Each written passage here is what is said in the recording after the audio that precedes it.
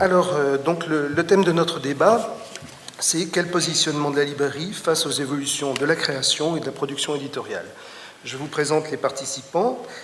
Myriam Montero-Braz, des éditions Champvallon, Brigitte Giraud, qui est là à double titre, celui d'écrivain, bien sûr, et directrice de la collection La Forêt chez Stock, Oliver Gallmeister, des éditions éponymes, Sylvain Fourel, de la librairie La Voix Chapitre à Lyon, Laurent Beccaria, directeur des éditions Les Arènes, de la rue 21 et de la jeune revue 6 mois, et Jean-Marie Ozanne, qui dirige la librairie Folie d'encre à Montreuil. Voilà. Avant notre débat proprement dit, Jean-Marie va faire une courte introduction, s'il te plaît, courte, parce que je voudrais laisser la parole, si possible, aux gens. Voilà. Là, vous le savez tous, la loi du 10 août 81 se nomme la loi Lang, du nom du ministre de la Culture de Mitterrand, tout juste élu 3 mois auparavant. Mais sans rien retirer au mérite de Jacques Lang, nous pouvons constater qu'il aurait été tout aussi légitime que cette loi s'appelle la loi Lindon, du nom de l'éditeur des éditions de Minuit. Car comme le disait Christian, c'est bien Jérôme Lindon qui est à l'origine de cette loi, lui qui a fondé en mars 1977 l'APU, l'association pour le prix unique du livre.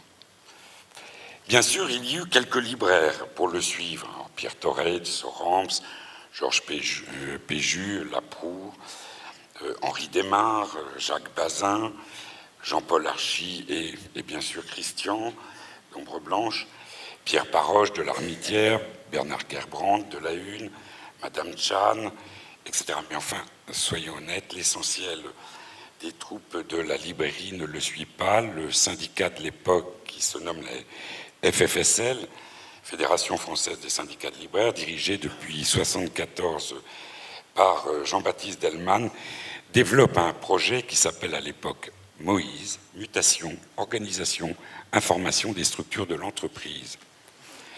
Sans entrer dans le détail, ce projet est bien sûr centré sur et exclusivement sur la librairie. Ça veut dire qu'à ce moment s'affrontent deux conceptions complètement opposées, celle de Jérôme Lindon avec une vision générale et globale de la chaîne du livre, celle de la FFSL centrée sur la librairie et l'indépendance stratégique de la profession. On peut comprendre les libraires de la FFSL, ils représentaient ce qu'on appelait vraiment le commerce traditionnel qui s'était développé pendant les 30 Glorieuses, à une époque où la demande était très largement supérieure à l'offre, et commerce qui d'un seul coup se trouvait face à des hyper, des super qui arrivaient. En fait, il faudra attendre 1980 pour que quelques libraires fassent scission de la FFSL en créant l'UFL, Union fédérale des libraires, puis en 81, c'est donc très tardif, l'USLF, Union syndicale des libraires de France, pour qu'une frange significative de la profession rejoigne l'engagement de Jérôme Lindon. Ce dernier ne disait-il pas avoir été lâché par les libraires avant même les éditeurs? Prendre conscience que la majorité de nos pairs n'ont pas soutenu l'idée que le livre n'est pas un produit comme les autres, n'ont pas soutenu la nécessité d'une vision globale de la chaîne du livre, de l'auteur au libraire, voire au lecteur, n'ont pas souhaité l'intervention de l'État pour mettre en place une régulation du marché. Il faut prendre conscience de cela. Prendre conscience, ça permet de comprendre l'affaiblissement intellectuel, structurel et syndical de la profession dans les années qui ont suivi la mise en place de la loi. Alain Girard, créateur de la librairie Vent d'Ouest à Nantes, rapportait en 83 « Le démarrage a été difficile, c'était l'époque du prix net. Comment se constituer un fonds quand on ne peut pas lutter avec les grandes surfaces sur les nouveautés? On trouvait alors chez Leclerc des bandes dessinées à un prix inférieur à celui que nous faisait l'éditeur. En 81, quand j'ai créé Folie d'encre, le Tintin était moins cher chez Auchan que si je l'achetais chez Casterman. J'avais un tout petit rayon poésie dans une toute petite librairie de 45 mètres carrés. Auchan n'avait pas de rayon de poésie. Vous devinez bien évidemment tout ce que cela peut permettre comme démonstration sur l'utilité d'une loi sur le prix unique du livre, à savoir que la question qui se posait fondamentalement, en tout cas ce que je pouvais imaginer, c'était de savoir si nos enfants, nos petits-enfants, nos arrière-petits-enfants auraient encore le choix ou non de lire de la poésie. Nous sommes, de par la loi, irrémédiablement liés aux auteurs, aux éditeurs, et notre rôle est bien de proposer toujours et toujours la création, le livre qui n'est pas attendu par le public. Nous avons un rôle sociétal. Nous sommes au service de l'offre. Penser que le livre n'est pas un produit comme les autres, c'est penser que la librairie n'est pas un commerce comme les autres. Nous le savons tous, mais nous oublions parfois que c'est l'esprit de la loi qui nous donne ce rôle. Nous sommes aussi au service de la demande, ainsi qu'en atteste le 3e alinéa de l'article 1 de la loi. Tout détaillant doit offrir le service gratuit de commande à l'unité. Au passage, comment ne pas remarquer la non-application de la loi par de très nombreux détaillants? La génération de libraires à laquelle j'appartiens est née avec la loi, avec plus ou moins de conscience, elle nous a forgés, et même ce qui est rare pour une profession, elle nous a définis. Pour se tenir droit, un libraire a 2 jambes, une qui est l'offre, l'autre qui est la demande. C'est aussi ce qui nous oblige à nous sentir appartenir à la chaîne du livre, de l'auteur au lecteur par l'offre et du lecteur à l'auteur par la demande. Nous commençons au service de la création, de la biodiversité, à l'usage de tous. Honnêtement, que de chemin parcouru par les libraires depuis les années 80, les années de Jean-Baptiste Delman. Est-il la peine de préciser ici qu'en 1999, le syndicat de la librairie française a mis au premier rang de ses objectifs le respect sans détour ni artifice de la loi du 10 août 81 relative au prix du livre par tous les réseaux de vente, en tout lieu et en toute promotion. Dans l'esprit des rédacteurs de cette charte, exiger le respect de la loi revient à défendre la liberté de pensée et d'expression en acceptant de vendre des livres d'opinion politique, philosophique ou religieuse différentes, à l'exception de ceux qui vont à l'encontre de cette liberté. Ce n'est pas par hasard si ce sont des libraires qui ont qualifié les premiers cette loi de développement durable, thème repris par Jacques Lang lui-même à l'occasion des 25 ans de la loi, thème repris par Frédéric Mitterrand à l'occasion des 30 ans de la loi. Il y a beaucoup de livres sur le développement durable. Une recherche un peu facile, systématique, sur Electre montre 666 ouvrages ayant dans le titre les mots développement durable. Certes, dans le grand public, le développement durable est bien plus associé à l'agriculture qu'à la culture. Mais on peut s'étonner qu'aucun livre sur le développement durable ne s'intéresse à cette loi, qu'aucun éditeur n'y ait même songé, alors que c'est eux, les éditeurs, qui, selon l'expression, fabriquent et font le marché. Le développement durable ne s'intéresse à cette loi. Ah oui, non, pardon. Le premier alinéa du premier article stipule que le prix est fixé par l'éditeur ou l'importateur. L'éditeur, bien sûr, le fixe en fonction de ses coûts et donc incidemment du tirage, des prix pratiqués par la concurrence, la recherche systématique du juste prix. Mais cet alinéa donne à l'éditeur, dans la fixation du prix, une responsabilité majeure de fournir l'assiette sur laquelle toute la chaîne du livre va se rémunérer. Cette chaîne comprend essentiellement l'éditeur lui-même, le diffuseur, le distributeur et, au deux bouts de la chaîne, l'auteur et le libraire. Robert Laffont disait en 1974 « La fonction d'éditeur constitue un tout, elle ne doit pas être amputée d'une de ses fonctions essentielles. » Mais la diffusion et la distribution connaissent de telles contraintes de seuil que beaucoup d'éditeurs qui se diffusaient et distribuaient encore dans les années 80 ont dorénavant confié ce rôle à de plus gros. Calman-Levy, Lépuf, Payot, Fleurus. Ainsi, en France, nous avons une intégration verticale, une concentration de plus en plus forte à tous les niveaux, et au final, quelques éditeurs possèdent les structures de diffusion et de distribution. Un éditeur diffusé et distribué par autrui n'a aucune raison objective de comprendre cette responsabilité. La question ne se pose pas, cette responsabilité est totalement déléguée aux diffuseurs.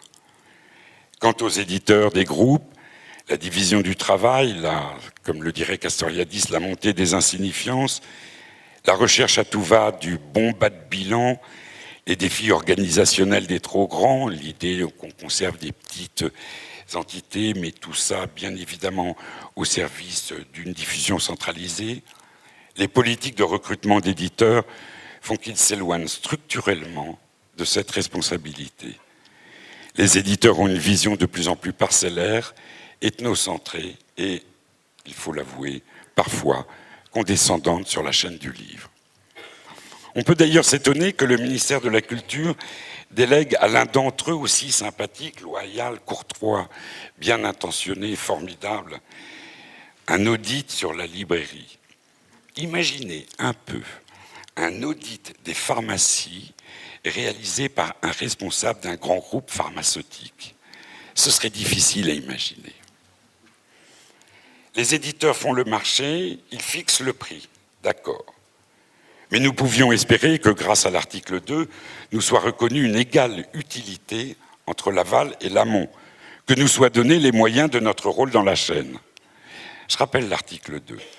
Les conditions de vente établies par l'éditeur ou l'importateur, en appliquant un barème d'écart sur le prix de vente au public hors taxe, prennent en compte la qualité des services rendus par les détaillants en faveur de la diffusion du livre. Les remises correspondantes doivent être supérieures à celles résultant de l'importance des quantités acquises par les détaillants. Deux interprétations peuvent être faites de cet article. Soit une remise qualitative qui plafonne systématiquement la remise quantitative. Un exemple, un point de vente qui n'aurait au titre qualitatif que 2 points de remise. Eh bien, il ne pourrait avoir qu'un point de remise quantitative, et systématiquement. Il semble que ça soit bien l'interprétation que le législateur avait choisie. Soit une remise qualitative qui, au cas où le point de vente obtient la totalité des points possibles, est supérieure à la totalité éventuelle des points de remise quantitative. C'est l'interprétation choisie par nos fournisseurs. On peut imaginer, on peut comprendre que ce choix soit dicté par la fascination exercée par les nouveaux entrants dans le commerce de détail du livre. Dans les années 80, les grandes surfaces spécialisées. Dans les années 90, les hyper et super. Et maintenant, les vendeurs sur Internet. À chaque fois, l'idée repose sur la création de nouveaux marchés. Et certainement un d'inévitables gages donnés à ces nouveaux acteurs pour ces nouveaux marchés. Ainsi, l'article 2, qui devait permettre une juste rémunération, se transforme en remise accordée. L'architecture de la loi devait permettre un commerce équitable, qui, selon les mots d'une libraire, Christine Drugman, La Belle Aventure à Poitiers, dit que ce commerce équitable nécessite, entre partenaires, la reconnaissance de chacun. Le désaccord libraire-éditeur est, je ne vous apprendrai rien, essentiellement et éminemment commercial. Mais l'incompréhension relève d'un autre ordre. Les libraires ont une pratique sociale et culturelle consacrée par la loi qui est niée, pas toujours dans les mots, mais de fait, par les éditeurs-diffuseurs. Ces derniers ont perdu de vue l'esprit de la loi et parfois même son objet. Au-delà de l'enveloppe, sur ce sujet, nous n'avons plus vraiment de partenaires. Que de chemin perdu depuis les années 80, les années Lindon. Les libraires apprennent, construisent leur histoire. Beaucoup d'éditeurs oublient. Mais, éditeurs et libraires, nous sommes heureusement condamnés à la solidarité. Entre 1981 et 2011, un élément fondamental a surgi dont on parle trop peu. En 1981, la demande était beaucoup plus forte que l'offre. Et dès les premières lignes du rapport Carrard, il le signalait. À l'heure actuelle, l'offre est beaucoup plus importante que la demande. Et c'est un bouleversement majeur. C'est un bouleversement majeur pour les éditeurs qui rentrent en hyper-concurrence, pour la diffusion, bien sûr, mais pour nous aussi. Et bien sûr, cela va exiger de nous de plus en plus de choix, et ce choix va demander de plus en plus de compétences, de qualité. Mais cela aussi nous repositionne, nous sommes condamnés, et c'est peut-être avec bonheur, à nous retourner sur l'aval et non plus sur l'amont. Et nos lieux vont devenir de plus en plus importants. Juste pour finir, 3 mots: incarner, incarner et incarner. Merci.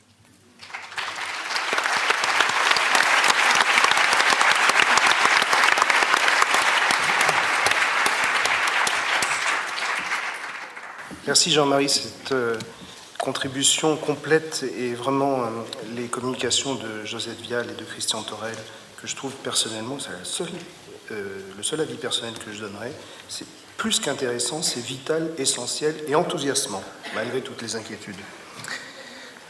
Donc la discussion que nous allons tenter d'avoir, il va falloir être le plus concis possible, s'il vous plaît. Je sais, c'est parce que le sujet est plus que vaste. Quel positionnement de la librairie face aux évolutions de la création et de la production?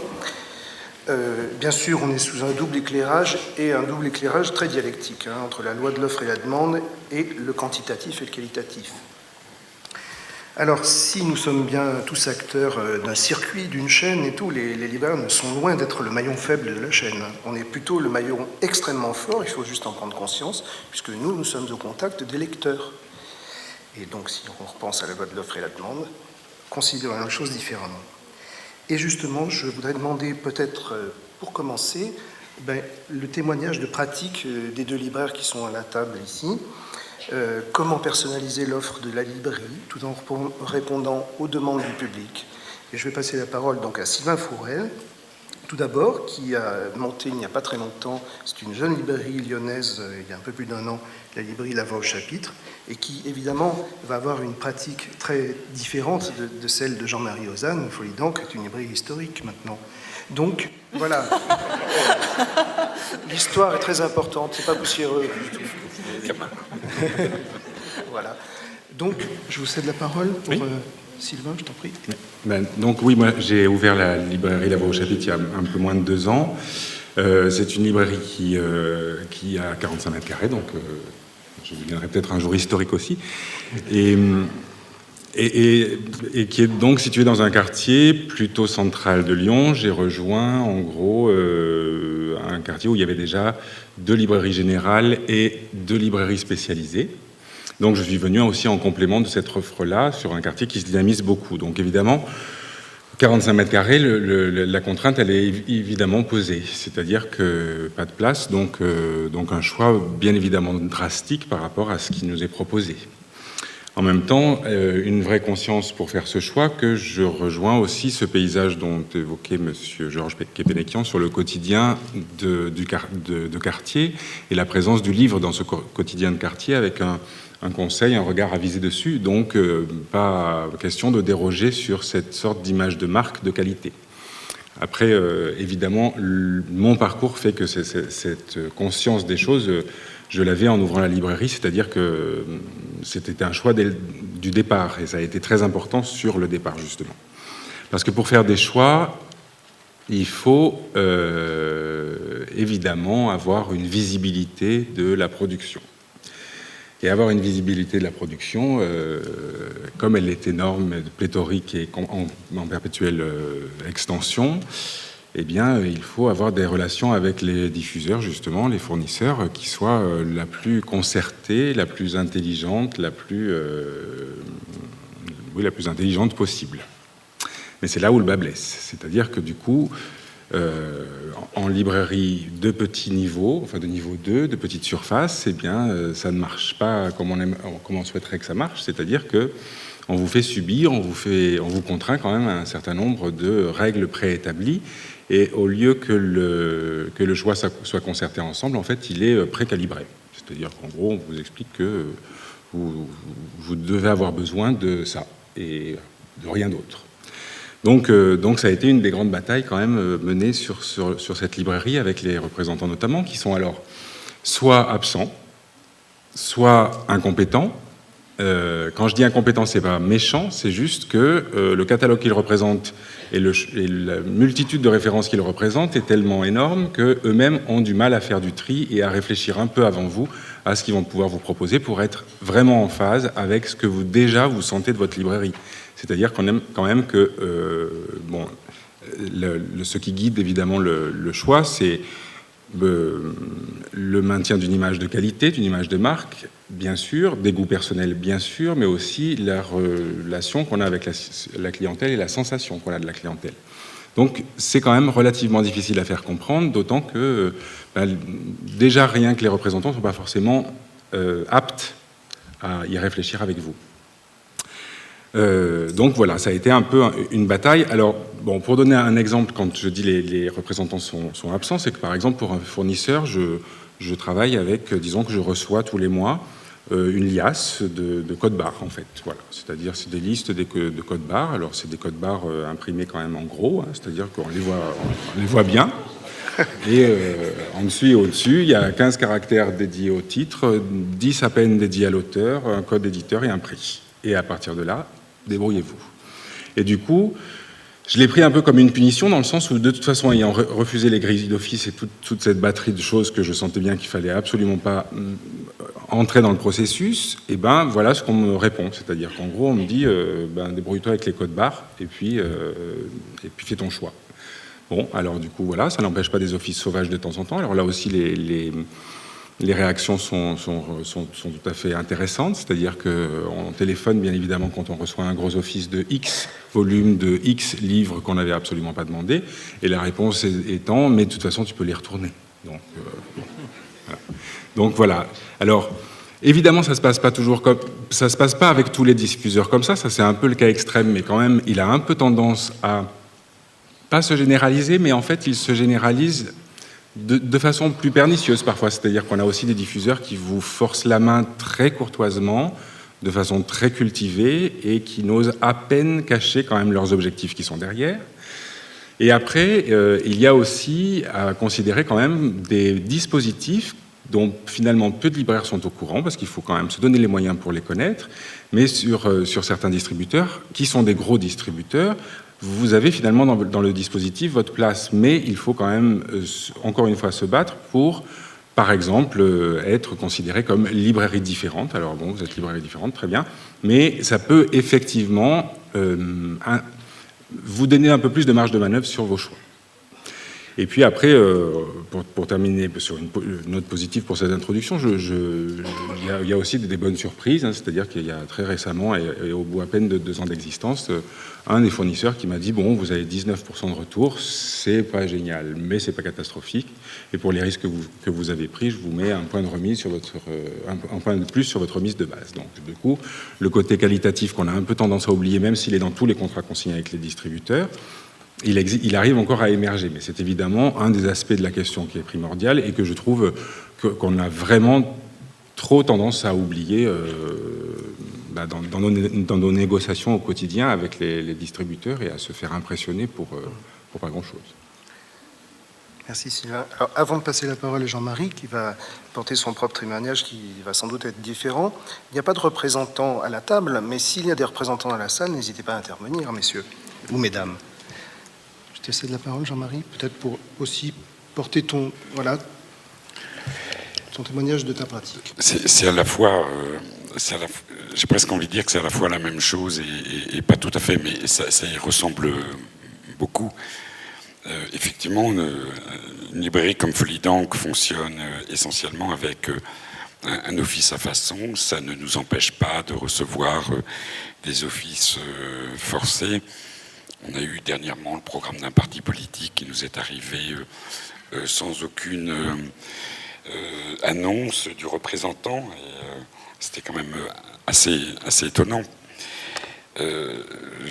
Surtout, je me suis beaucoup occupé de la commission commerciale et nous avons donc renégocié dans cette commission commerciale le protocole des usages commerciaux qui définit le qualitatif dont il est question à l'intérieur de l'article 2 de la loi. Ça a été une négociation excessivement âpre, essentiellement, pour ne pas dire exclusivement, avec des diffuseurs, et il n'y avait parfois 2 directeurs commerciaux de l'édition. Et ça, je crois que c'est cet aspect essentiel qui est la coupure entre l'édition et la diffusion, dont nous ne sommes, nous, libraires, absolument pas responsables. Mais en tout cas, cette négociation a été pleine d'enseignements et malheureusement pas obligatoirement d'un enseignement très positif. Nous avons, je pense, été un certain nombre à nous apercevoir que nous n'avons gagné que peu de choses. Tout le monde, suite à l'enquête sur la librairie indépendante, a fait le constat de la situation difficile, pas dramatique, mais difficile dans laquelle se trouvait la librairie. Le résultat, à la fin, il est, je dois le dire, de ce point de vue-là, assez faible. Merci. Mais là, ce que j'aimerais tout de suite, c'est avoir la réaction des éditeurs. Voilà, ces 2 témoignages, celui de Sylvain qui présente vraiment la réalité extrêmement concrète du métier de libraire, qui est sans doute la part, enfin, je veux dire, un pourcentage. Sylvain représente vraiment beaucoup de libraires. Et oui, et justement, j'aimerais donc avoir votre témoignage ou votre réaction, puisque là, nous sommes au cœur de la loi de l'offre et la demande. On voit que la volonté culturelle, qualitative, est tout de suite mise en cause, en question par le commerce. Voilà, c'est ce que vous venez d'entendre. Peut-être Myriam, peut-être d'abord, je t'en prie. J'espère que ça marche. Oui. Je crois. Oui, vous m'entendez ? Oui, ça marche. Merci. Oui, la question de l'offre et de la demande, effectivement, n'est pas tout à fait la même pour l'éditeur que pour le libraire. Il me semble que c'est plus complexe pour le libraire. La position du libraire est beaucoup plus compliquée que celle de l'éditeur. L'éditeur propose quelque chose. L'éditeur est en amont. Il est là, il me semble, pour susciter cette demande. L'éditeur cherche, fouille, creuse, et puis il apporte. Donc on se situe là, je pense qu'on est tous d'accord, on se situe du côté de l'édition de création. Donc je ne vois pas bien comment la création pourrait émaner d'une demande. Il n'y a pas de demande. D'ailleurs, y a-t-il même, on peut se poser la question, si on parle d'une demande. Moi, j'ai plutôt envie de dire qu'il y a des demandes. Il me semble qu'il y a des demandes plurielles. J'ai envie de croire, en tout cas, qu'il y a des demandes et qu'il y a aussi des offres, c'est-à-dire de la pluralité et de la diversité. Je crois que c'est essentiel qu'on le rappelle, même si ça paraît une évidence. Donc, le travail d'un éditeur, en tout cas, nous, pour ce qui nous concerne, petite maison d'édition Champvallon qui existe depuis 30 ans, avec 2 personnes, donc un poids économique tout petit, évidemment, mais j'ose espérer quand même un poids éditorial un petit peu supérieur. Je crois que la manière dont nous percevons notre travail, c'est proposer quelque chose qui soit ne pas déroger sur la qualité, exactement comme ce que vient de dire Sylvain, proposer en même temps une diversité, réfléchir. On ne fait pas le même métier qu'il y a 30 ans, même si je crois qu'on continue, enfin en tout cas, il y a une cohérence, monter une maison d'édition. Quand on dit monter une maison d'édition, j'aime bien la métaphore du bâtiment, c'est monter une maison. Monter une maison, c'est avec des briques, il y a une assise, il y a quelque chose, il faut que ça tienne debout. Il ne faut pas que ça s'écroule au premier étage. J'ai envie de dire que j'aime bien cette image-là parce que ça veut dire qu'il y a une cohérence d'ensemble, que chaque brique compte et qu'il faudra que cette maison tienne un certain temps. On s'inscrit dans la durée. Nous, on travaille comme ça, surtout quand on publie des sciences humaines, où là, la question de la temporalité est vraiment essentielle au cœur vraiment de notre travail quotidien, puisqu'on travaille avec des livres. Nous proposons des livres à rotation dite lente, voire très lente en librairie. Ces livres qui auront une durée de vie très, très longue, 20 ans plus, voilà, mais qui se vendront très lentement. Donc, on propose, on travaille là-dessus, on monte, je crois, on essaye, en tout cas, notre but, c'est de monter cette maison, de monter quelque chose de cohérent, tout en restant évidemment pas autiste. Hein. Il y a aussi un public qui doit être rencontré. Monter une belle cathédrale dans laquelle personne ne rentrerait, ça n'aurait pas beaucoup de sens non plus. Mais nous sommes vraiment, enfin moi je conçois ce métier comme ça, nous sommes en amont et nous sommes là. Notre responsabilité, c'est de proposer et de surprendre le libraire, de surprendre le représentant, parce qu'on oublie aussi le représentant dans cette chaîne, il n'y en a pas ici, mais c'est quand même un maillon essentiel pour nous, en tout cas, surtout pour les petites maisons qui n'ont pas de personnel affecté aux relations avec les libraires. Hein, ce n'est pas notre cas. Donc nous, on compte beaucoup sur le représentant, à la fois pour porter quelque chose de notre travail, mais aussi pour nous faire un retour qui nous manque souvent de la part des libraires quand on n'a pas le temps, quand on est trop peu nombreux pour aller vous voir aussi souvent qu'on le devrait. Et c'est vrai que ça, c'est un problème. Voilà, donc on est là pour étonner, on est là pour chercher, on est là pour apporter quelque chose de nouveau et pour, je crois, susciter cette demande plutôt qu'y répondre. Voilà, il me semble. Je continue le tour de table. À toi, Brigitte. En tant qu'éditrice, là, maintenant, on parlera de l'auteur un peu plus tard. Donc en fait, en tant qu'éditrice, moi je me sens un petit peu en décalage parce que je dirige une collection de littérature chez Stock. Mais en même temps, je n'ai pas la maîtrise et la responsabilité de l'ensemble des paramètres d'une maison d'édition en tant que telle, c'est-à-dire qu'entre la direction de Stock et mon travail à l'intérieur de la collection, évidemment, mon travail est très modeste et très particulier. Donc moi, je suis très consciente de cette question, cette fameuse question de l'offre et de la demande. Ma première profession a été d'être libraire. J'étais toute jeune quand j'ai travaillé en tant que libraire à la librairie La Proue à Lyon, donc j'ai été, on peut dire, formée, pour pas dire éduquée par Georges Péju, ce qui n'est pas rien dans la suite d'un parcours. Donc c'est-à-dire que je sais ce que représentent les marges, le qualitatif, le quantitatif. J'ai grandi avec ça, si je peux dire.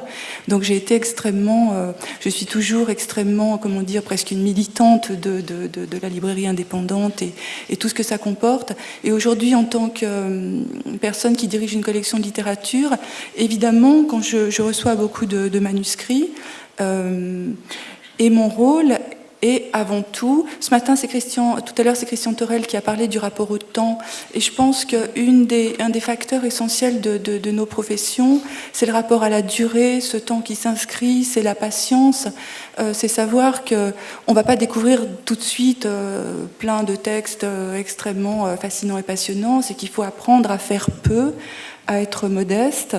Moi, mon rôle, il est avant tout un rôle de lectrice. Hein. C'est le même rôle, presque être éditeur, c'est presque la même chose que d'être libraire. Je me suis occupée pendant longtemps, et je m'en occupe toujours, d'un festival de littérature qui s'appelle la Fête du Livre de Bron en tant que chargée de programmation. Donc c'est aussi toujours le même rôle, celui de lire et celui de choisir. C'est Sylvain qui vient de parler de choisir. Donc pour la collection La Forêt, ce sont pour commencer peu de textes dans l'année, je suis dans la 2e année, il y a à présent seulement, mais je trouve déjà cela énorme, 4 textes publiés, et moi ce qui m'intéresse, c'est de proposer des textes de littérature qui apportent quelque chose au niveau de la langue, au niveau de la voix, au niveau de l'engagement dans ce qu'on appelle la littérature, et c'est un mot qu'on se doit de défendre.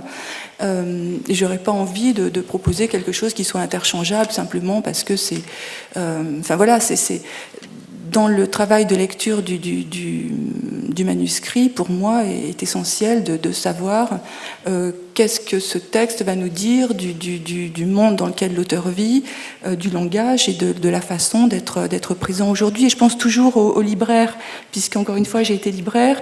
J'essaye de me dire comment et quel type de libraire, parce que ce que je publie, je sais bien que ça ne va pas s'adresser à tous les libraires qui diffusent des livres, qui vendent des livres en France, mais de me dire déjà d'anticiper pour savoir qui ça peut intéresser, quel type de public. Mais comme le disait Myriam, je suis très d'accord avec tout ce que tu as dit, hein, Myriam, je crois qu'il n'y a pas on ne peut pas anticiper sur une supposée demande ou attente. Voilà, l'idée c'est qu'il n'y en a pas. Oliver, à toi.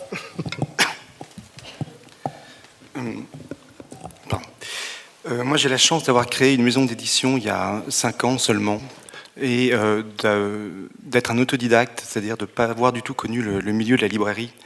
Et pour apprendre mon métier, j'ai eu la chance d'être aidé par Laurent Beccaria, mais aussi par Anne-Marie Métayer, et qui m'avait reçu lorsque je lui avais parlé de mon projet de création de maison d'édition, et qui m'avait dit, en mettant la main sur l'épaule gentiment, et surtout, allez voir les libraires, c'est eux qui vous apprendront votre métier. Et je ne comprenais pas du tout ce que ça voulait dire. Mais comme je suis un peu scolaire, je suis allé voir des libraires, parce qu'en fait, quand on est éditeur, si on n'est pas très volontaire, on n'est pas du tout en contact avec vous, en fait.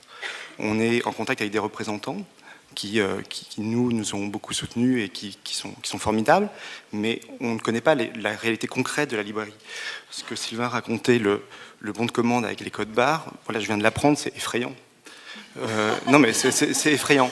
Et je pense que notre métier, notre métier, pour moi c'est nouveau, mais par rapport à ce qui se passait il y a peut-être 30 ans, il a changé dans la mesure où j'ai l'impression, mon sentiment, c'est que les rapports entre les éditeurs et les libraires sont des rapports organiques. Il n'y a pas de sens, vraiment, c'est quelque chose qui est très imbriqué. Nous, on essaie de faire des livres, on en fait très peu. Hein. On fait 10 livres par an, enfin 9. On pensait, j'avais fait un business plan, en faire 9, 15, 20, 30. Parce que c'était comme ça qu'on était formaté. Puis en fait, en discutant avec les gens, on s'aperçoit qu'il faut revenir aux fondamentaux du métier, c'est-à-dire bâtir un catalogue sur la durée, faire peu de choses, les faire bien et les expliquer. Et je pense que notre métier d'éditeur, il se passe en amont, lorsqu'on choisit les textes, sans aucune espèce de contrainte, sans aucune espèce de logique commerciale, en se disant ça va marcher. En tout cas, pas autour de cette table, je pense pas. Et aussi, plutôt en aval, c'est-à-dire sur le terrain, c'est-à-dire en allant rencontrer les gens, en allant expliquer ce qu'on fait, pourquoi on le fait, en expliquant qu'on peut envoyer un service de presse sur un livre qui est sorti il y a 5 ans et que c'est pas un problème, parce que le livre était bon il y a 5 ans, il sera bon encore dans 5 ans, qu'il y a une économie de la rareté qu'il faut mettre en place et avec laquelle il faut arriver à vivre. Et voilà, je crois que c'est à peu près tout ce que j'avais à dire. Merci. L'économie de la rareté, ça vous plaît. Un titre de livre. Je vais passer la parole à Laurent Beccaria, qui, je suis persuadé, a beaucoup de choses intéressantes à dire quant à la question, puisque je vous rappelle qu'il a publié un billet dans le livre hebdo début avril, qui était très intéressant, et que j'engage aussi bien les libraires que les éditeurs à lire, et peut-être réfléchir, et ensuite, pourquoi pas, communiquer et discuter ensemble. Bon, je vais essayer de résumer un peu les choses. Moi, je pense qu'il y a une chose qui est frappante entre éditeurs et libraires, c'est qu'on vit tous dans une sorte de paradoxe temporel. C'est-à-dire qu'on doit vivre avec ce paradoxe permanent. C'est-à-dire qu'en tant qu'éditeur, on va travailler pendant 1 an, 2 ans, 3 ans sur un livre. La médiatisation va se passer sur 15 jours. Le livre va rester 3 mois en nouveauté sur les tables, mais on a acheté les droits pour 70 ans. Et après, il faut le faire vivre en permanence. Et pour vous, donc on vit toujours avec cette temporalité du temps très court, du temps moyen et du temps long. Et c'est un arbitrage, ça qui rend le métier incroyablement passionnant. Et vous-même, c'est exactement la même chose, puisque on a parlles de livres à rotation lente, rapide, etc. En fonction des rotations, tous les jours, il faut qu'il y ait de l'argent dans la caisse pour payer les salaires, pour payer les loyers, etc. Et en même temps, vous voyez bien que vous devez construire quelque chose dans la durée dans la relation avec les clients, dans un quartier, etc. Et durer dans la construction d'un fonds. Et il y a à la fois, donc, c'est ça que l'on partage, qu'on a en commun, et en même temps, on n'a pas les mêmes réponses toujours au même moment. Et puis, il y a une asymétrie de notre travail, c'est-à-dire que pour vous, un immense succès, c'est peut-être 1 journée, 2 jours, 3 jours de chiffre d'affaires sur l'année. Pour un éditeur, ça va changer sa vie. En revanche, vous avez toujours quelqu'un qui vient chercher le père Goriot, un guide, etc., etc. Alors que nous, quand on a un livre qui ne marche pas, tout d'un coup, on vit des hauts et des bas beaucoup plus violents. Donc il y a cette asymétrie et ce problème de temporalité. Ce qui est frappant, donc moi je suis éditeur que depuis 20 ans par rapport à les libraires qui sont beaucoup plus anciens dans le métier. Je suis éditeur indépendant depuis 10 ans. Ce qui m'a frappé, c'est l'incroyable, toutes les perspectives et les possibilités qu'ouvre la technique. Quand j'étais jeune auteur, je suis arrivé avec une disquette en 1988. C'était la première fois que l'éditeur avait une disquette. Avant, c'était des tapuscrits qui arrivaient. Et donc, on a vu, nous, tout le processus de commercialisation, de fabrication se développer et être de plus en plus performant, ce qui fait qu'aujourd'hui, on pourrait quasiment tout produire tout de suite, rapidement.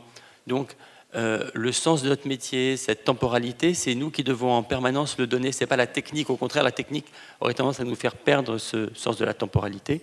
En même temps, c'est une technique qui nous, et je voudrais ouvre énormément de perspectives.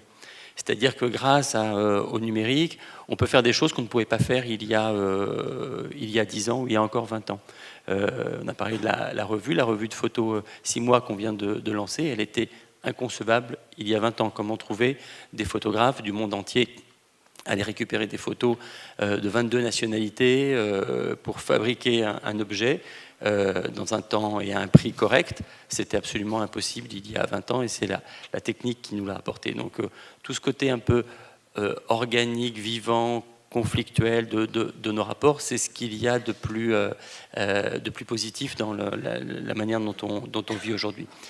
Ce qui est sûr, c'est qu'on est face exactement à la même, c'est pas un hasard s'il y a ces assises aujourd'hui, exactement à la même période, celle que vous avez connue avec l'éruption de la FNAC et le moment du prix du livre unique, c'est que arrive le déferlement du numérique. J'étais encore il y a un mois à New York et c'est vrai que ce qui se met en place est assez effrayant. C'est très simple, hein, si vous prenez la manière dont des métiers comme la presse ou le disque ont affronté la numérisation, eh bien, il y a, je crois que le disque, c'est 50% du chiffre d'affaires qui a été perdu, et pour la presse, on est entre un quart et un tiers des effectifs qui ont fondu dans la presse en général depuis 10 ans. Donc si on applique ce ratio, eh bien, dans 10 ans, nous serons un tiers de moins d'éditeurs ou de libraires à en vivre, puisque c'est des logiques que l'on voit qui sont une espèce de déflation des prix, de captation de la valeur ajoutée par des distributeurs Apple, Google, etc. Et on arrive c'est des logiques terribles. Moi, j'ai un directeur d'une revue aux États-Unis que j'aime beaucoup, qui s'appelle Rick MacArthur, qui dirige Harper's Magazine, et qui a dit pour ma génération, le numérique, c'est exactement comme la guerre du Vietnam. La guerre du Vietnam, il avait grandi avec la guerre du Vietnam, et tous les ans, on disait oui, mais alors, s'il y a plus de troupes et plus d'argent, vous verrez, la victoire sera au bout. Et il dit le numérique, c'est ça. Ça fait depuis 10 ans, on nous dit oui, mais investissez dans les tablettes, investissez dans le mobile, investissez dans ça, investissez dans un site, investissez. Et il faut toujours plus d'argent et toujours quelque chose qui est une logique qui est au bout. Moi, en 2008, on a lancé 21 grâce à vous. Ça a vécu grâce à vous, ça vit aujourd'hui grâce à vous. Et j'étais en même temps, j'avais aidé un auteur à monter un site, on était très nombreux, à l'aider à monter un site d'information qui s'appelle Rue 89.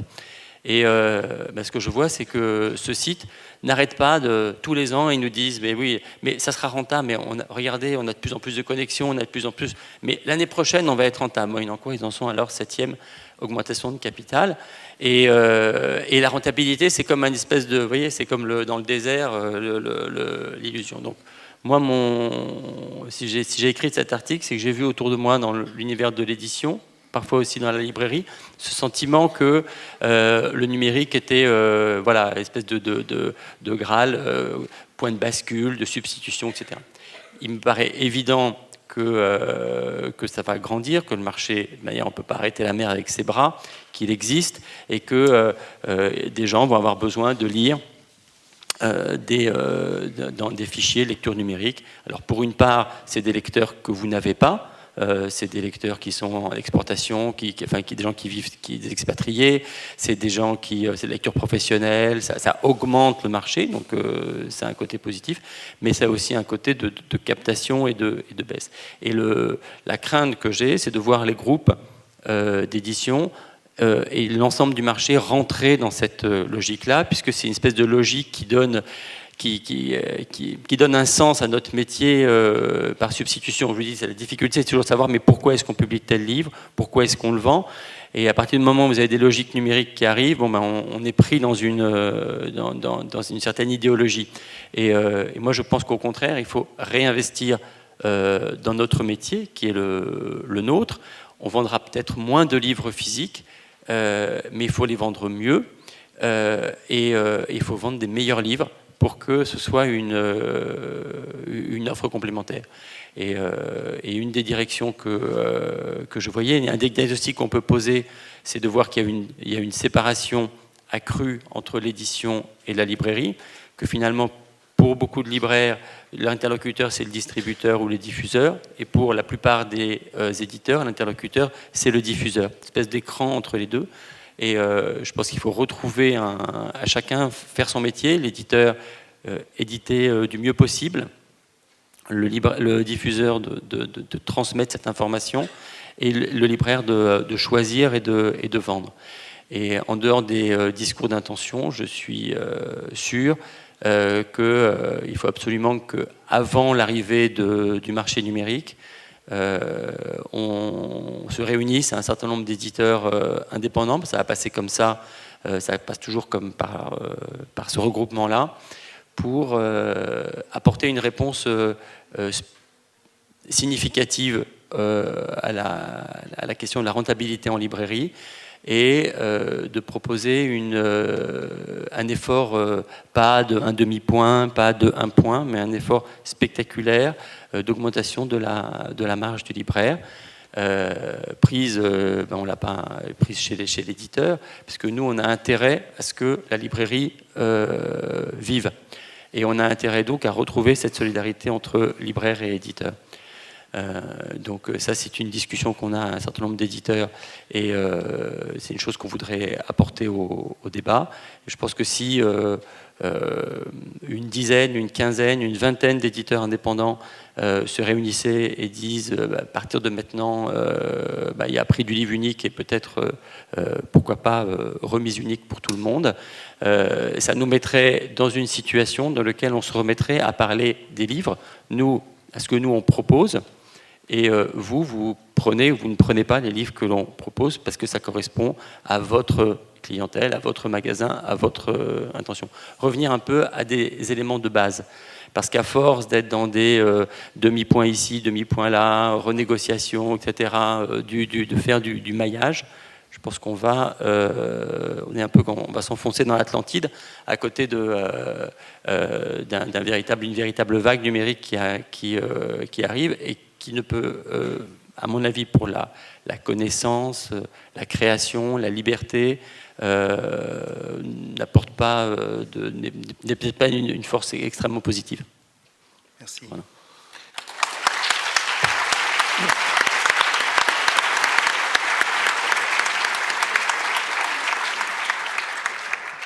Alors, comme il est déjà 1h moins 20 et que j'ai droit jusqu'à 1h, mais pas plus, j'avais suivi un petit peu et préparé différentes questions, mais en fin de compte, les témoignages, aussi bien des libraires que des éditeurs, ont déjà commencé à répondre aux petites sous-questions que vous pourrez voir sur le programme. Mais ce qui est intéressant de constater tout de suite, c'est la diversité des réponses des éditeurs. Et s'il y a diversité de libraires, il y a bien sûr diversité d'éditeurs. Et ces deux diversités et ces deux indépendances, j'espère, au moins d'esprit, peuvent peut-être trouver des terrains de négociation et d'entente.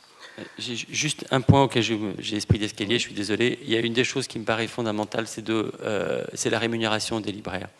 De la même manière, moi j'ai vu ça, la même chose chez les éditeurs, la rémunération des correcteurs, de toute la chaîne du livre. Moi j'ai travaillé d'abord dans des groupes chez Plon et chez Stock, et il y a vraiment une différence qui était quand même très choquante. On l'a vu avec l'histoire d'Editis, quand Editis a été repris par Wendel. de voir à quel point est-ce que un certain nombre de... il y a eu pendant 5 ou 7 ans une augmentation très forte de la rentabilité du groupe, que tous les managers ont reçu plusieurs millions d'euros de primes, et que par ailleurs ça s'est fait pour une compression très très forte je dirais, des soutiers. Il y a juste un éditeur qui est chef de maison d'Editis à qui on n'a même pas proposé cet intéressement, c'était François Gesse, parce qu'on savait qu'il allait le refuser, et c'était d'ailleurs tout à son honneur. Je trouvais que ça valait toutes les légions d'honneur. Mais par ailleurs à ça, ce sentiment de... Moi j'ai vécu ça chez Stock, j'ai vécu ça chez Plomb, c'est-à-dire vraiment une sorte d'aristocratie d'éditeurs qui sont extrêmement bien payés, des rentabilités très fortes. Je me rappelle quand on est arrivé chez Stock, on avait décidé de réduire un peu la production. On a été proposé au directeur général de Hachette à l'époque, et qui parlait des filiales, et je me rappelle, ça m'avait extrêmement choqué. Il disait, mais qu'est-ce qu'elles croient, ces salopes? Elles sont là uniquement pour cracher du chiffre. Et cette phrase comme ça, avec cette violence, cette crudité en réunion, était quelque chose qui nous avait saisi. Moi j'avais 30 ans à l'époque, c'était vraiment quelque chose qui m'avait marqué.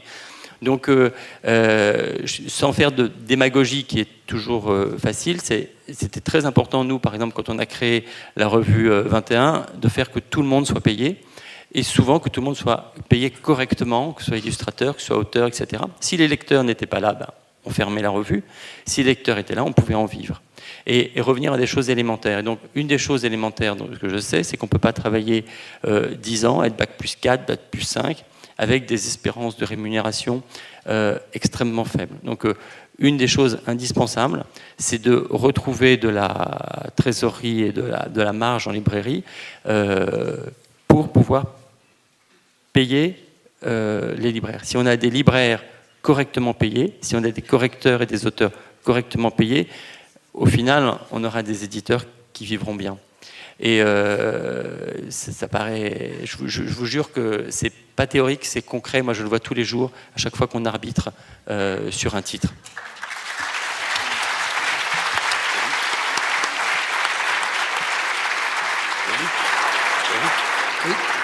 Oui, bien sûr, je t'en prie. Bien sûr, on est très, très content de ce que tu viens de dire.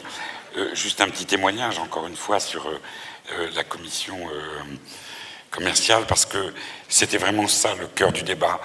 Et à un moment, il y a eu un truc un petit peu surréaliste où les libraires disaient, mais avoir un libraire de sciences humaines qui est bac plus 5, bac plus 6, est-ce que vous pensez qu'on a les moyens de le garder? Et donc ça pose bien le problème des sciences humaines en librairie, et donc ça pose le problème de l'édition des sciences humaines.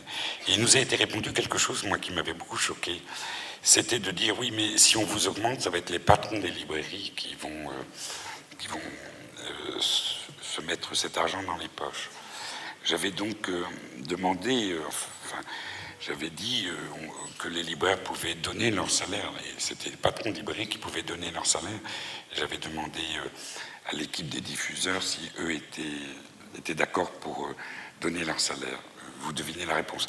Ce qui est intéressant, et ce n'est pas une anecdote démagogique, c'est de se dire que ce sont des sociétés, sociologiquement, on est dans des espaces différents. Et dans cette commission commerciale, il y avait donc des patrons de librairies de toute la France. Dans la commission commerciale, il y a des directeurs commerciaux qui sont donc des salariés de grands groupes et exclusivement de la région parisienne. S'il ne se passe rien pendant la commission commerciale, ça n'est pas très grave pour eux. Un quart d'heure après ou une demi-heure après, ils sont au boulot. Pour quelqu'un qui, notamment, vient d'un lieu très bien desservi comme Rodez, ça prend un peu plus de temps et il aura peut-être l'impression d'avoir gâché sa journée. Ça semble être des détails, mais le fait de ne pas être tout à fait de la même société, ça change beaucoup de choses.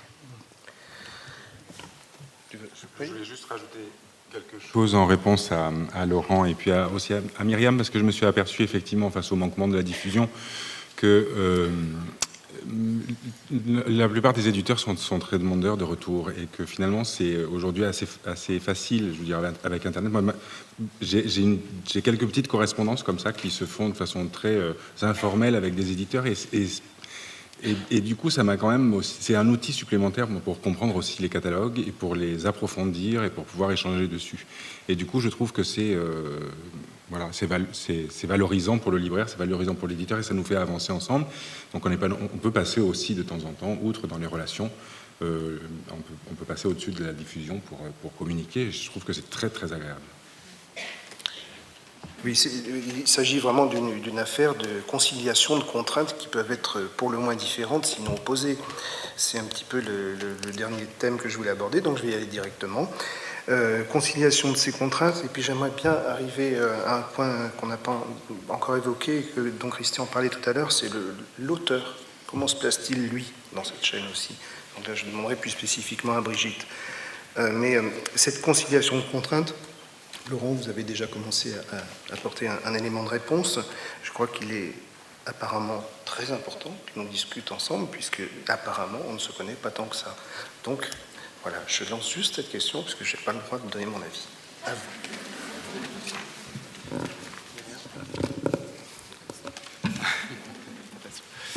vous.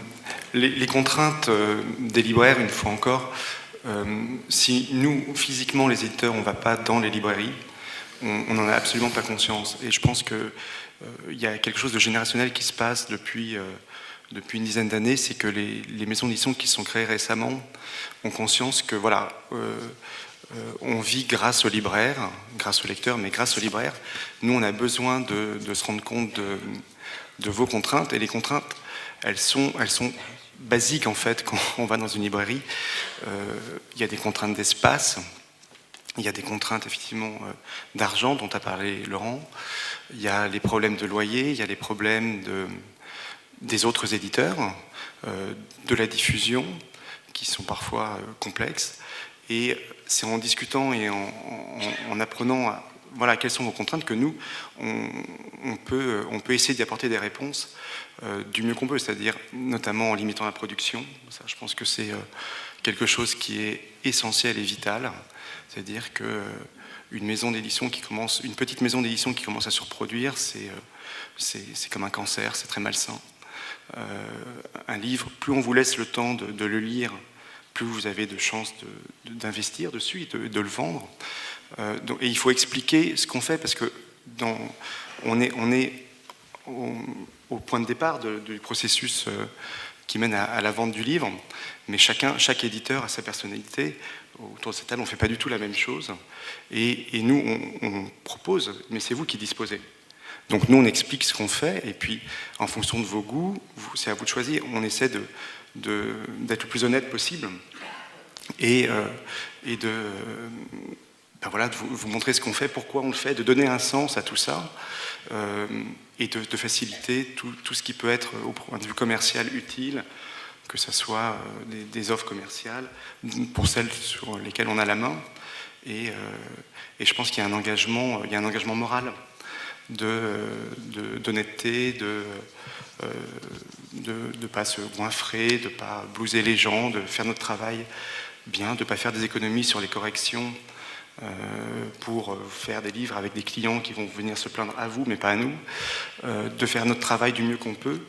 Et c'est un problème de communication après qu'on peut développer. Et je pense que beaucoup d'éditeurs maintenant passent du temps en librairie. Enfin, je pense que les libraires qui sont là peuvent le confirmer. On essaie vraiment de se connaître et d'apprendre ensemble, parce qu'on a les mêmes problèmes. Myriam, peut-être? Oui. Je sais pas, j'ai pas de son.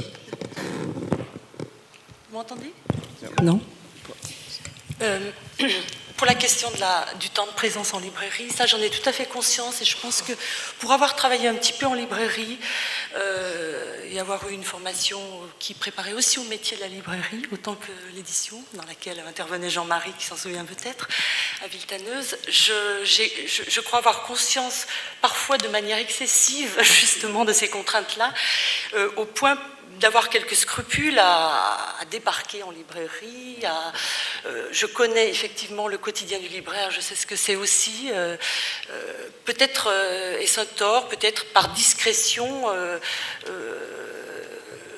il me semble qu'il faut réfléchir à ça. Comment est-ce qu'on peut être à la fois présent, proche du libraire, le solliciter, avoir quelques retours d'informations, lui apporter des éléments, sans non plus surcharger des journées qui sont déjà extrêmement pleines, avec des passages de représentants. Voilà, j'ai peut-être, en tout cas moi en tant qu'éditrice, j'ai conscience de ne pas avoir eu la possibilité, de ne pas avoir assez consacré de temps à ça depuis plusieurs années. J'essaye de le faire de manière un petit peu plus continue. Et je trouve effectivement un accueil particulièrement chaleureux, surpris même de certains libraires. La semaine prochaine, je suis à Toulouse. J'ai appelé la libraire études qui est à l'université, une des seules librairies qui reste au sein de l'université, puisqu'il n'y en a plus en France, semble-t-il, une à Bron, je crois qu'il n'y en a plus que 2. Elle m'a dit, mais c'est pourquoi? Je lui ai dit, je viens juste vous voir, j'ai vu qu'on travaillait ensemble, j'ai vu quelques chiffres, mais on ne se connaît pas. Elle m'a dit, c'est formidable, elle n'en revenait pas. Et là, ça m'a donné une grande leçon. Je me suis dit, oui, bon, là, il y a une partie du travail qu'il faut faire mieux, de manière plus permanente, continue, c'est modeste, c'est un travail de fourmi finalement. Le travail de l'éditeur est un travail de fourmi. Donc voilà, de fourmi qui accumule de toutes petites choses et puis 20 ans plus tard, voilà.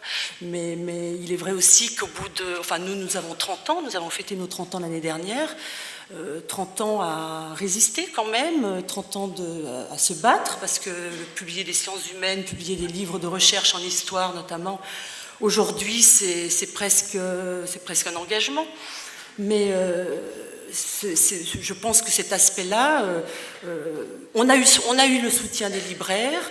On a réfléchi aussi à comment ne pas les accabler, publier moins. Moi, je souscris totalement. Ça, à la prochaine rentrée littéraire, nous aurons un premier roman, et c'est vraiment un choix.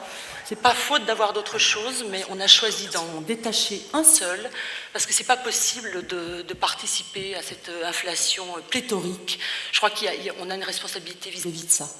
Voilà, donc ne pas être modeste et parcimonieux, effectivement. Je vais juste récupérer le micro, c'est très compliqué. Alors, nous avons un petit peu de temps en plus. Donc, bon, c'est des questions tellement vastes et larges que la question de l'auteur, au milieu de toute cette complexité, de ces contraintes, est peut-être un petit peu lourde à répondre en 2 minutes. Donc, je propose peut-être de passer la parole à des gens dans la salle, et puis évidemment tous les participants de la table pourront répondre aux questions qui vont être soulevées. Je voudrais juste quand même laisser la parole à 2 auteurs. Je vais vous faire 2 citations qui, à mon sens, sont essentielles et que sur lesquelles nous devons tous réfléchir. Madame de Staël, « Les progrès de la littérature, c'est-à-dire le perfectionnement dans l'art de penser et de s'exprimer, sont nécessaires à l'établissement et à la conservation de la liberté. Les enjeux ne sont pas minces. » Et Eugène Sue, à la fin de la préface à un roman qui s'appelle L'attrait au mont, si quelqu'un a encore l'édition Garnier de 75, ça m'intéresse.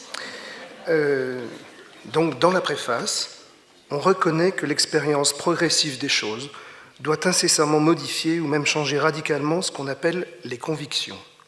Qu'en cela, l'avenir n'appartient pas plus au présent que le présent n'a appartenu au passé, et que s'il faut tout comprendre, on ne doit peut-être rien affirmer. Et maintenant, les questions de la salle, à vous, chers collègues, ou chers éditeurs, et les repris. Je pense que les micros vont passer, j'imagine. On n'a pas grand-chose. À 2 en même temps, alors. Donc, Daniel Lemoyne, librairie Livret à Montpellier. Une toute petite précision technique qui a été effleurée sur la différenciation second-premier niveau. J'ai eu, disons, l'opportunité, la chance de vivre l'expérience de passer d'une librairie de 200 mètres carrés à 30 mètres carrés, et donc de passer du premier au second niveau, pardon, ce qui est une expérience assez à la fois enrichissante et un peu traumatisante. Il y a des seconds niveaux qui fonctionnent chez certains distributeurs, disons, qui fonctionnent très bien. Je n'ai pas à souffrir d'office sauvage ou de choses comme ça. Mais par contre, Chez certains, ça ne fonctionne pas du tout, et je crois que c'est assez organisé. J'ai eu la chance, en fait, d'avoir 2 contrats. Pour parler de la SODIS, soit vous avez une diffusion Gallimard, CDE, soit vous avez une diffusion, ce qu'on appelle FED. Vous avez ces 2 contrats de façon concomitante, vous faites le même travail, il y a une différence entre 4 et 8 points de remise. Point barre. Peut-être une réaction. Non, ou pas?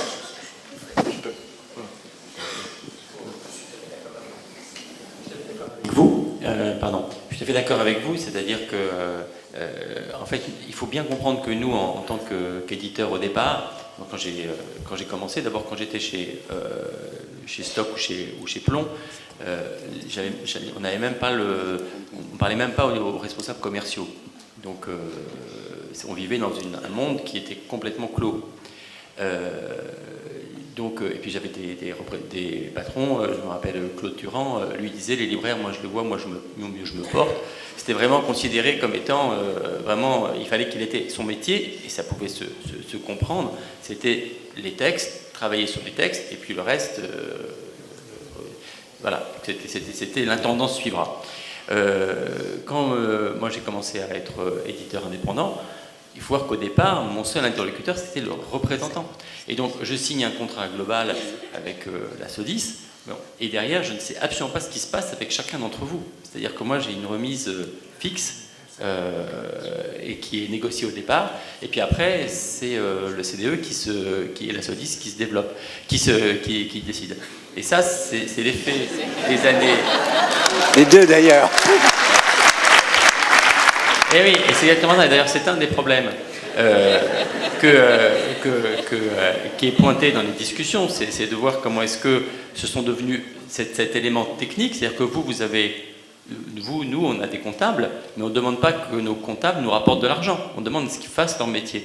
Et la diffusion et la distribution sont devenus des centres de profit importants, alors même, c'est moins vrai aujourd'hui, mais pendant 1980 à 2000, Le Seuil, Flammarion, bien sûr Hachette et Gallimard ont gagné beaucoup d'argent avec leur outil de diffusion-distribution. Mais nous, en tant qu'éditeurs indépendants, on ne connaît rien de tout ça.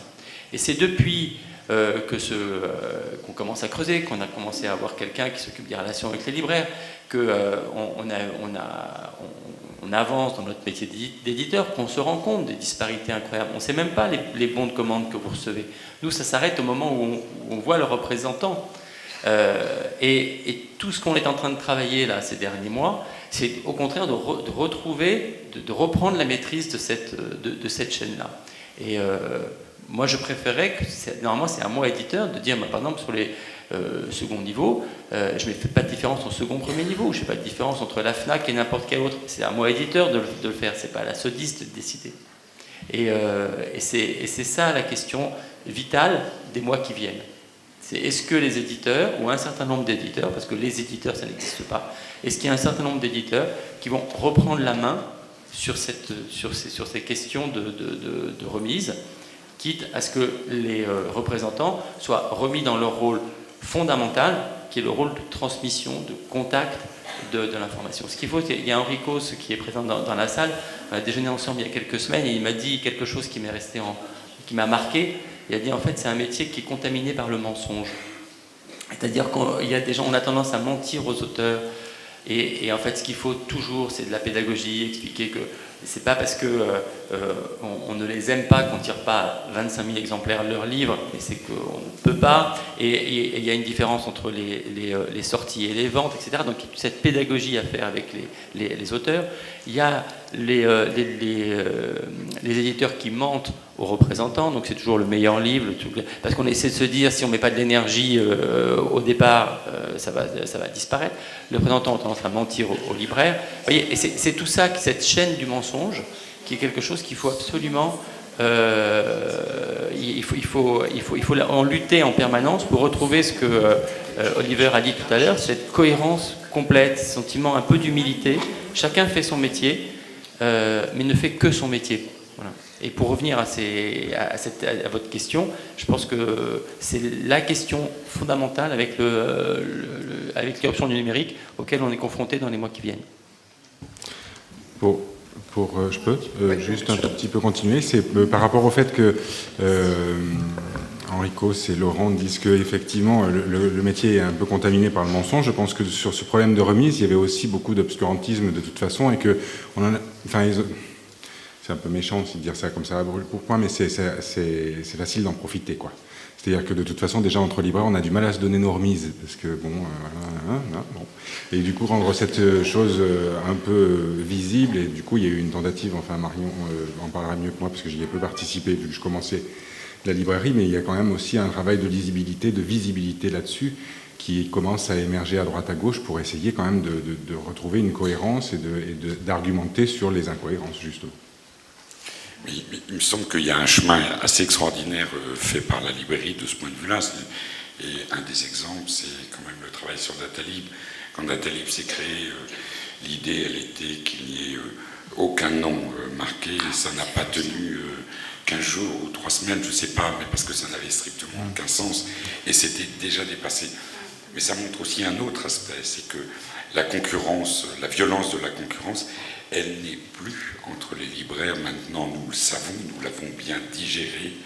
Nous vivons avec ce dépassement-là. Par contre, elle est quand même beaucoup dans notre amont, et je ne dis pas entre tous les éditeurs, mais elle s'exacerbe au niveau de notre amont, et notamment au niveau de la diffusion et de la mise en place systématique. C'est ça l'exacerbation de la concurrence. Oui, je voulais peut-être juste revenir sur, parce que vous avez parlé des éditions Stock au moment où Claude Durand était directeur. Voilà, donc je voulais simplement apporter, c'est pas très important. C'était il y a longtemps. C'était il y a longtemps, oui, mais c'est important de resituer les choses dans leur contexte, parce que je suis moi-même éditée par Jean-Marc Roberts, qui a repris la direction des éditions Stock. Et je tenais juste à dire que visiblement les choses ont beaucoup changé depuis que c'était Claude Durand qui était le directeur, dans la mesure où Jean-Marc Roberts a essayé, lui, de remettre l'écrivain au centre de la maison, et je peux en témoigner d'une façon assez... je trouve que ça est assez enthousiasmant. Et l'écrivain à l'intérieur de cette maison-là, comme à l'intérieur de plein d'autres maisons, j'imagine, on parle vraiment de nos textes, on rencontre les représentants, et également en tant qu'éditrice aujourd'hui au sein de la même maison, j'ai l'impression aussi d'être entendue, d'avoir un véritable espace, et surtout que la question des textes est quelque chose qui existe véritablement. Donc je voulais juste rectifier pour... Je t'entifie à 100%, parce que j'ai même écrit à Jean-Marc Roberts, lui dire que collectivement on était 7 ou 8 chez Stock, et on lui a laissé des ruines. Et donc il a rebâti entièrement une maison, là où nous l'avions finalement achevé de la détruire à l'époque. Donc là-dessus... Éric Cardin, donc je suis libraire à Saint-Quentin-en-Yvelines, librairie Le Pavé Lamar et Le Pavé du Canal. Je voudrais revenir sur cette question du positionnement de la librairie par rapport à son assortiment et par rapport à l'offre et la production éditoriale. Tout le monde sait que la production ne fait qu'augmenter. Je ne sais plus, on doit être à 65 66 000 titres par an, un catalogue de l'ordre de 800 000 titres disponibles pour les libraires. Et pourtant, on est un peu dans un engrenage infernal qui a été très bien décrit par Christine Ferrand dans un édito de Livre Hebdo il n'y a pas tellement longtemps, où elle disait, Christine, que aujourd'hui on constate désaffection, moins de fréquentation dans les librairies, problème de trésorerie pour les libraires, donc les libraires diminuent leur stock. Ça veut dire que diminuant les stocks, ça veut dire que les clients qui viennent trouvent moins de bouquins dans les rayonnages, donc sont peut-être moins contents, moins satisfaits, et donc se penchent ou vont vers des ventes en ligne, Amazon, Fnac.com et autres. Et là, on a un problème en librairie de maintenir un assortiment digne de ce nom et qui soit satisfaisant vis-à-vis de la clientèle. Donc, une des hypothèses que j'avance, c'est de dire, est-ce qu'on ne peut pas quand même demander à l'édition de revenir sur des politiques qui ont été abandonnées dans le temps, notamment des questions de dépôt, hein, et de dire, il vaut mieux en effet que des livres des éditeurs soient dans les rayonnages d'un certain nombre de librairies, et qu'un éditeur devrait prendre une carte de France et de se dire, voilà, moi, pour être présent, pour être dans les rayons des librairies, j'ai besoin de 400 librairies où mes bouquins figurent. Et donc revenir, donner la possibilité d'avoir des dépôts à l'intérieur de ces librairies permettrait aux libraires d'entretenir leurs bouquins, et ça ne sert à rien d'avoir vos livres dans les entrepôts à Lagny, Maurepas ou ailleurs.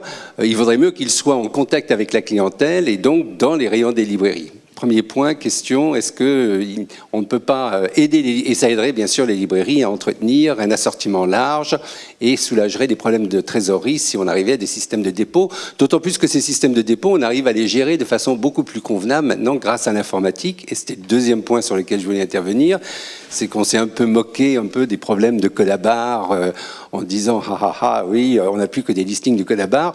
Je voudrais quand même, en tant que libraire, comme Jean-Marie, ayant créé sa librairie en 1975, faire remarquer que quand même l'évolution et l'utilité du code à barre est quand même phénoménale. Je veux dire, aujourd'hui, on s'en gausse peut-être, on s'en moque, mais son utilité n'est plus à démontrer, que ce soit dans la recherche des ouvrages, la fluidité des commandes, les mises en place des différents réseaux. Et à ce titre-là, je voudrais souligner, dans vos pochettes, vous avez, puisque je représente également l'ALIR, et l'ALIR, c'est une association de librairies qui représente les usagers auprès de Didicom.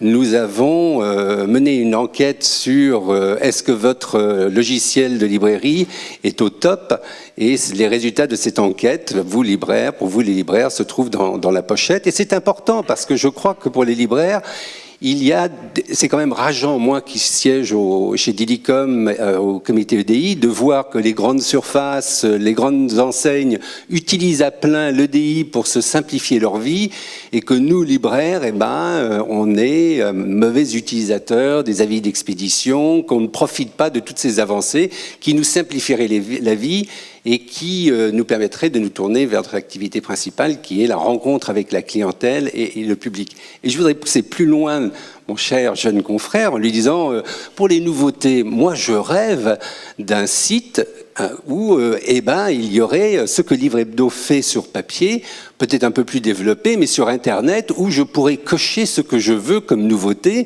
où je cliquerai sur l'auteur, j'aurai son historique, son pédigré, combien d'exemplaires ont été vendus, le tirage, je clique sur le titre, j'aurai l'argumentaire de l'éditeur, et ça permettrait à tous mes libraires à l'intérieur de ma librairie d'avoir l'information, de le faire au moment de leur choix et de maîtriser réellement ce que nous commandons au niveau de l'office.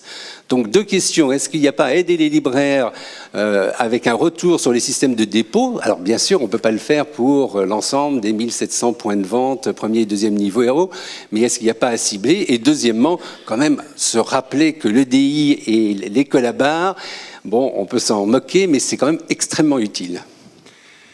Alors en fait, je voulais pas du tout me moquer des codes barres particulièrement, mais dans la situation où je suis d'ailleurs toujours, c'est que en fait le code barre est mon seul argumentaire. C'est-à-dire que, oui, quand même. Après, j'ai rien du tout contre les codes barres et je suis tout à fait informatisé. Et je trouve ça fort pratique, hein, et avis d'expédition et tout ça. Non. Alors là, vraiment, je crois qu'en plus, on est quand même maintenant relativement peu nombreux à être réticents tant que ça. À l'informatique et retourner à la fiche verte. Hein, ça, c'est vraiment plus, je pense, tellement d'actualité. Par rapport à... Et puis, alors, du coup, pour aller un peu plus loin sur votre histoire de commande sur site, en fait, j'ai appris récemment, je suis allé voir un peu comment ça fonctionnait. Ça fonctionnait encore pas très bien, mais il y a des initiatives aussi là-dessus. Donc, j'ai parlé tout à l'heure de librairies différentes, je le suis chez Hachette en fait, et j'en suis très satisfait parce que du coup, alors là j'ai personne qui passe, mais au moins j'ai des vrais argumentaires qui m'arrivent sur CD-ROM, je peux choisir comme je veux, etc. Et la dernière discussion que j'ai eue avec la dame qui est notre représentante en quelque sorte, en tout cas celle qui s'occupe de toutes les librairies différentes en France, alors qui a un panel très large parce que du coup elle a toutes les librairies spécialisées, toutes les petites surfaces, enfin bref, c'est quand même un gros fichier client, me disait qu'il mettait en place non seulement des systèmes de commande directs via le site Hachette, avec les argumentaires intégrés, mais aussi des sélections en fonction du profil de librairie alors appeler ça coup de cœur, je ne suis pas sûr que ce soit le mot très approprié, mais en tout cas de titres sur lesquels il fallait peut-être faire un petit peu plus attention. Voilà. Et puis en ce qui concerne les dépôts, alors moi c'est pas vraiment, je peux pas vraiment répondre parce que j'ai tenté ça 2 fois déjà. Sur les petites surfaces, c'est un petit peu compliqué. C'est-à-dire déjà pour faire tourner le fond, je préfère du coup travailler avec des représentants avec des échéances un peu longues pour essayer de faire des vagues de réapprovisionnement, c'est-à-dire essayer de faire bouger sans cesse le fond pour pas qu'il soit toujours le même. De toute façon, j'ai pas la place de mettre tout ce que je voudrais, donc il faut le faire bouger régulièrement, etc. Donc c'est une gestion un peu de l'attente, mais qui est due vraiment à la place que j'ai et en même temps à l'image de marque que peut me donner le fond de la librairie. Donc il faut que je le gère peut-être pas forcément sous forme de dépôt, je sais pas. Je crois que la question du... Pardon, excuse-moi. La question du dépôt, effectivement, se pose pour faire vivre un fonds. Faire vivre un fonds en sciences humaines, évidemment, ça veut dire trouver des solutions avec le libraire pour qu'il puisse faire venir des livres et qu'économiquement ce soit valable. Donc la question du dépôt... le dépôt n'est pas aimé des diffuseurs. C'est pas du tout. Nous, on a régulièrement posé, on a ressorti cette question régulièrement. En général, on propose plutôt aux libraires des échéances plus longues, donc voilà, de meilleures conditions commerciales pour prendre une petite sélection du fonds. Mais c'est une vraie question, comment faire vivre le fonds, comment aider le libraire à faire revenir en librairie ponctuellement, pas forcément pour des années non plus, pour que ça bouge effectivement, comme tu le dis, que ce soit mouvant, que ça rentre, sans que non plus ça implique un gaspillage inouï, parce que les retours, comment ils sont traités, est-ce qu'ils partent au pilon, il y a ça aussi, hein. C'est bien gentil les retours, enfin les dépôts, mais que deviennent les livres après? Il y a cette espèce de... Si on est dans une économie qui se veut plus parcimonieuse, plus prudente, si on veut réduire un petit peu l'ensemble du gaspillage général qu'il y a sur la chaîne du livre, il faut aussi réfléchir à ça, à ces allers-retours incessants de livres qui partent, qui reviennent et qui finissent au pilon. Et le problème, en tout cas, moi, sur les vraies petites surfaces, c'est toujours un souci. C'est-à-dire que ce que j'achète, j'ai envie de le vendre, c'est évident, mais comme je ne peux pas tout réassortir tout le temps, il faut que je choisisse des moments où, hop, c'est plutôt tel éditeur ou tel fournisseur qui... Oui, je crois que c'est un petit peu au coup par coup, il n'y a pas de solution. Je pense que c'est le lien que l'éditeur peut avoir avec tel libraire qui fera qu'il s'engagera, il fera un dépôt. Enfin, nous, on le fait très régulièrement, mais il faut qu'il y ait un lien, effectivement. Il ne faut pas que ce soit... Alors, y a-t-il une autre question? Nous allons bientôt terminer cette première table ronde. Oui, bonjour. Isabelle Maillot, librairie Musicalam à Lyon. Musicalam, c'est une librairie spécialisée dans la musique et la danse. C'est-à-dire que vous prenez tous les rayons d'une librairie généraliste, on a les mêmes, mais dedans, les bouquins parlent de musique ou de danse.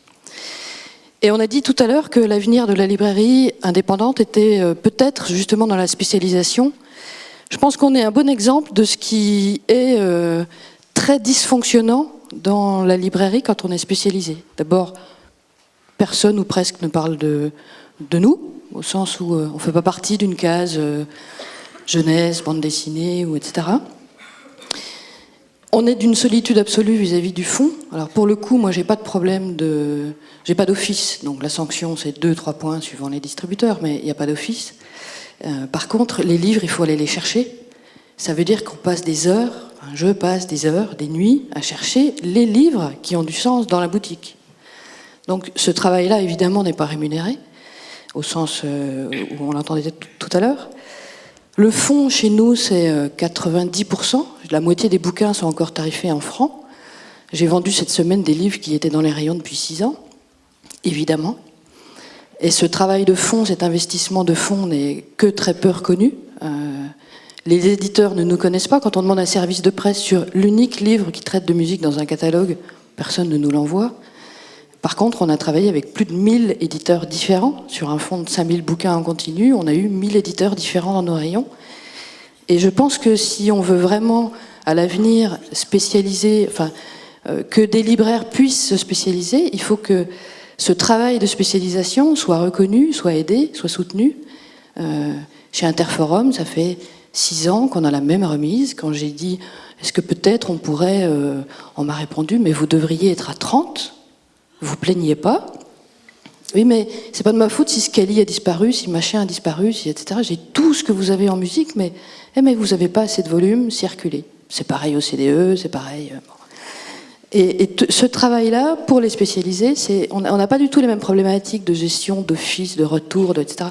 Mais la recherche, la reconnaissance, la connaissance, et trouver le livre qui traite de votre spécialité dans un catalogue entier, c'est un boulot que ni Livre Hebdo, ni Electre, que de toute façon on n'a pas les moyens de se payer, ne permettrait de faire. Donc, c'est pas reconnu. Je pense que c'est et on est... Voilà, il y a peut-être quelques librairies en France qui sont concernées, mais c'est un milieu très important qu'il faut... Puisque c'est l'avenir, peut-être, il faudra en tenir compte, il me semble. Merci pour ton témoignage.